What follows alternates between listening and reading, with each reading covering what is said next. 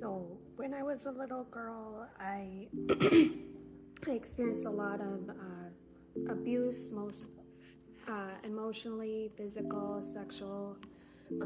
I had a lot of abandonment issues. Pre- Parents were not present, or they were very present. My mom struggled with drug addictions, and she was not in the picture mentally, very unstable mother figure in my life. And then my father, he was kicked out of the army because he raped a nurse. And when he came back to live with us, he inflicted more abuse on my sister and I. I'm not going to say what sister just to protect identity, because this is my journey, my story, and I don't want anybody who hasn't gone through their journey to have their story shared. Anyways, so this abuse really affected my personality. It really shaped who I was as a child, and then ultimately into my adult years, it shaped who I was in my marriage. And before starting the therapy for my brain, neurotransmitter reconstruction, whatever you call it, I was living, and I wouldn't even call it living. I was in a lot of turmoil. I was triggering a lot. Everything seemed to be very earth-shattering, emotional. I would cry hysterically. I'd be afraid of my husband leaving me, or I'd be afraid of my kids getting hurt by other people.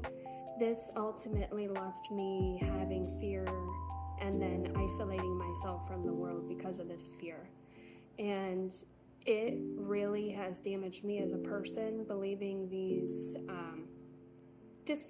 inner constructions that I had within my childhood. It really damaged who I am in my adult life. So that began my journey with the ketamine, and it kind of was my last straw at life. I had been going through a lot of suicidal thoughts prior to the ketamine, and I did attempt to take my life at a couple points. I'll talk about that later, but what I'm going through right now and what I have been going through is the death of ego, part of my journey, and it's basically wiping all those personalities, all those ingrained patterns that I had because of the abuse, because of my life, because of my mother, because of my dad, what have you. It's wiping it clean. So it's basically blank slating me to a fresh start, a fresh coat of snow on the grass. That's how it feels. And from here, I'm able to help grow those neuroplasties, help change my brain. And I'm very excited about that because I feel like the opportunities for growth is huge for me. My optimism is a lot better. I'm having, right after my ketamine experience, I had a lot of emotional turmoil. I would cry hysterically. I just would hide in my closet and just completely hysterically cry, and I was unconsolable, uncoachable. No one really could help me when I was in this state.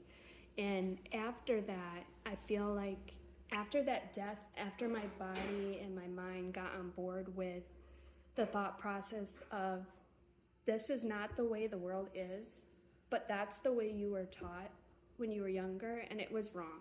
That was a wrong beginning, a wrong house training, wrong way of thinking, and people are not going to hurt me. And that, from growing up, I believed every single person would hurt me. I did not trust a single person. Friendships were hard to connect. because I was afraid of getting hurt.